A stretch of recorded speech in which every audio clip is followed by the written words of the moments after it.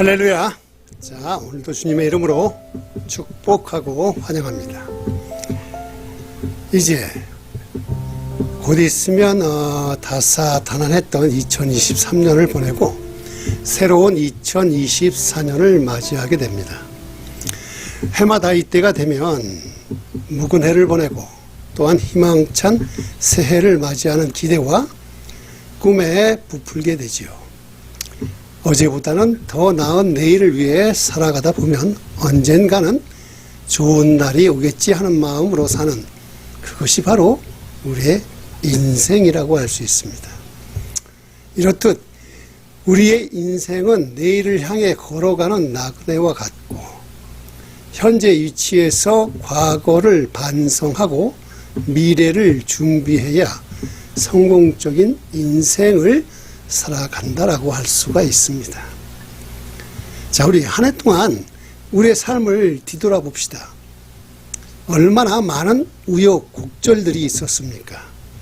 기쁜 일도, 슬픈 일도, 억울한 일도, 화나는 일도 있었을 것입니다.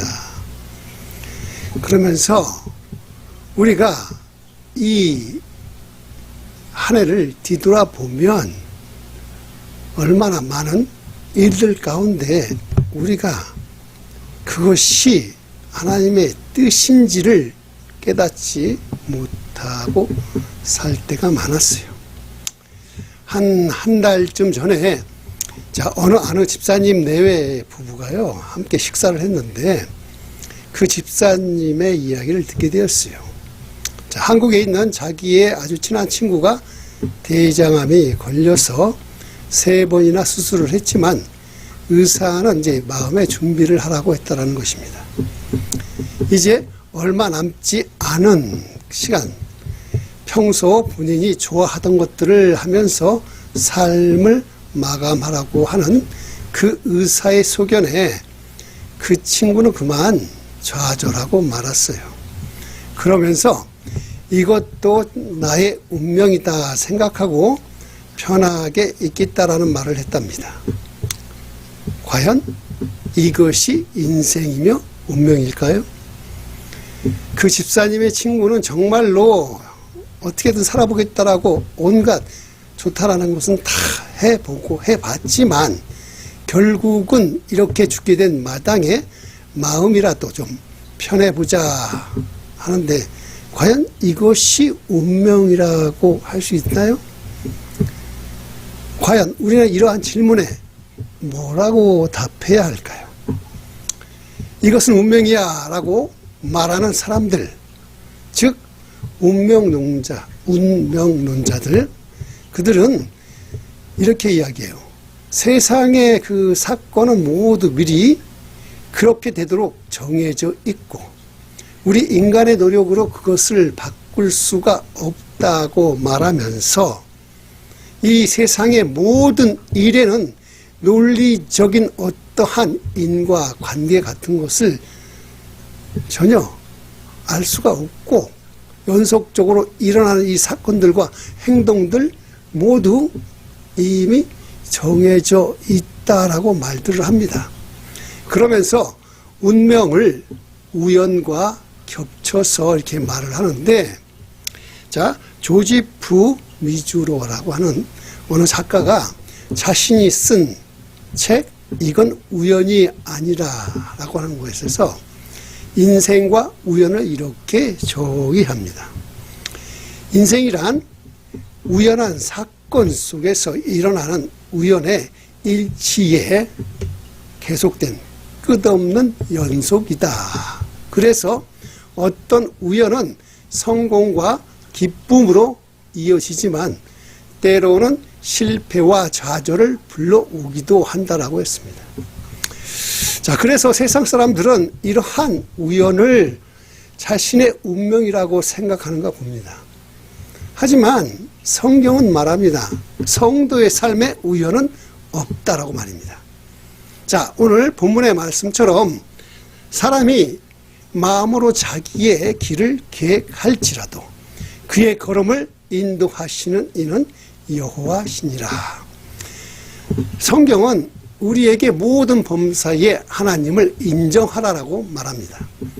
그래서 하나님께서는 우리의 인생을 통해 우리를 주관하시는 하나님을 드러나게 하시고 우리가 하나님의 백성으로 하나님께서 살아 계시다라는 것을 알게 하시고 싶으신 겁니다.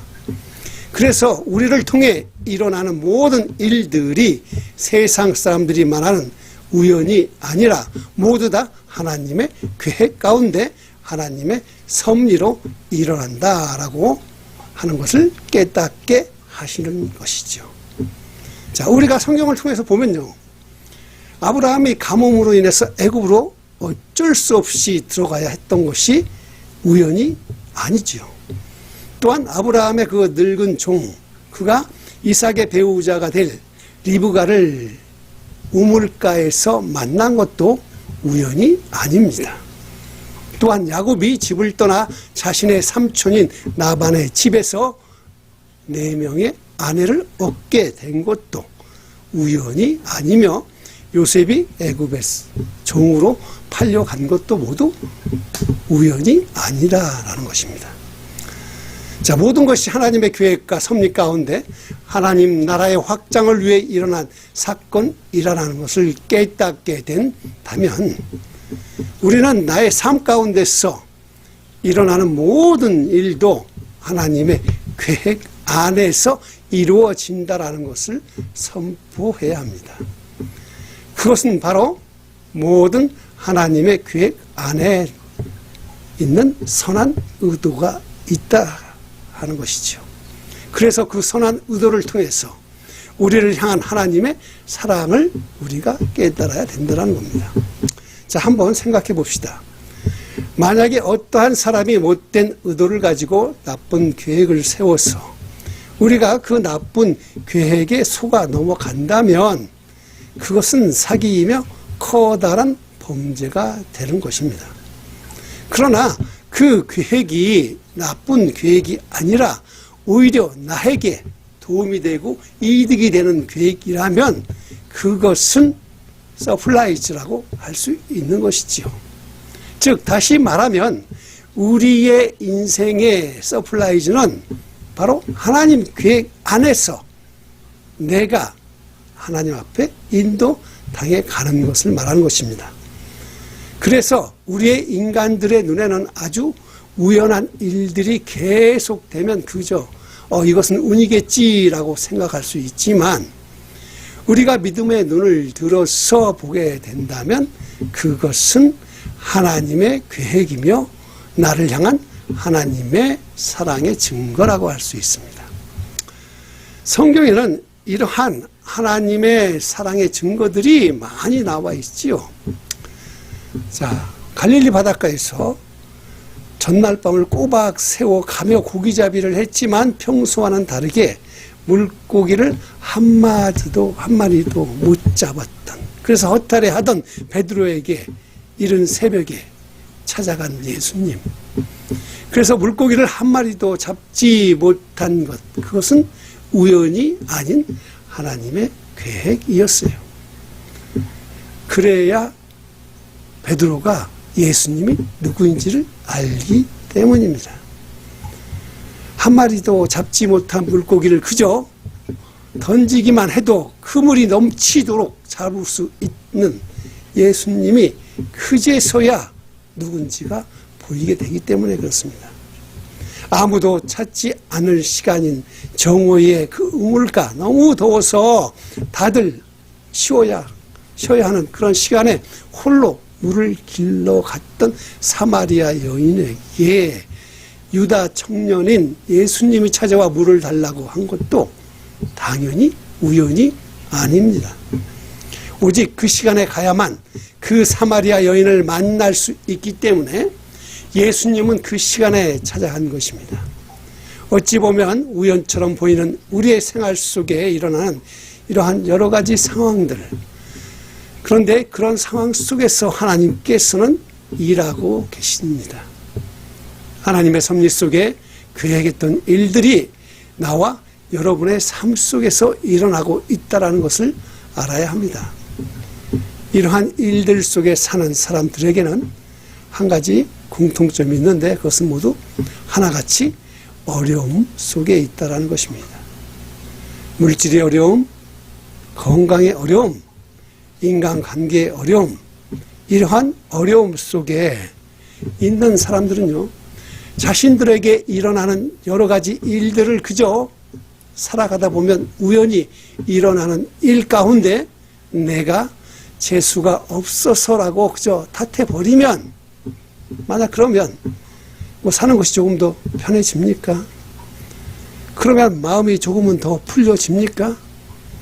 그저 아무런 유익도 없이 그냥 우연일 뿐이라고, 그냥 내가 남들보다 재수가 없는 것 뿐이라고 하는 것, 이러한 어려움 속에서 나를 향한 하나님의 계획은 무엇인지를 알려고 하지 않는 그러한 것보다는 내가 어떻게 이 하나님의 계획을 알고 그 하나님의 계획에 순종하며 살아야 하는 것 중에서 여러분들은 어떤 것을 택하시겠습니까? 만약에 이것은 운명이며 재수가 없는 거라고 하는 첫 번째를 택한다면 저는 여러분에게 아무런 도움을 줄 수가 없어요. 하지만 두 번째를 택하신다면 오늘 저는 성경을 통해서 이미 증명된 하나님의 섭리 속에서 현명하게 살아가는 법을 말씀드릴 수 있습니다. 베드로나 사마리아 여인을 통해서 보면 현재 나의 삶이 하나님의 계획 가운데 있다는 것을 깨달으면 이렇게 생각하며 행동하십시오. 첫 번째, 현재 내가 가장 중요하다고 생각하는 것을 그냥 놓아버리는 것입니다. 베드로는 예수님이 구주되심을 깨닫는 순간 자신이 죄인임을 깨달았습니다. 그리고 예수님의 부르심에 순종하여 그렇게 힘들게 잡았던 그 수많은 그물 속의 물고기와 그 배조차도 다 버리고 예수님을 따라갔습니다. 자, 사마리아 여인도 마찬가지입니다.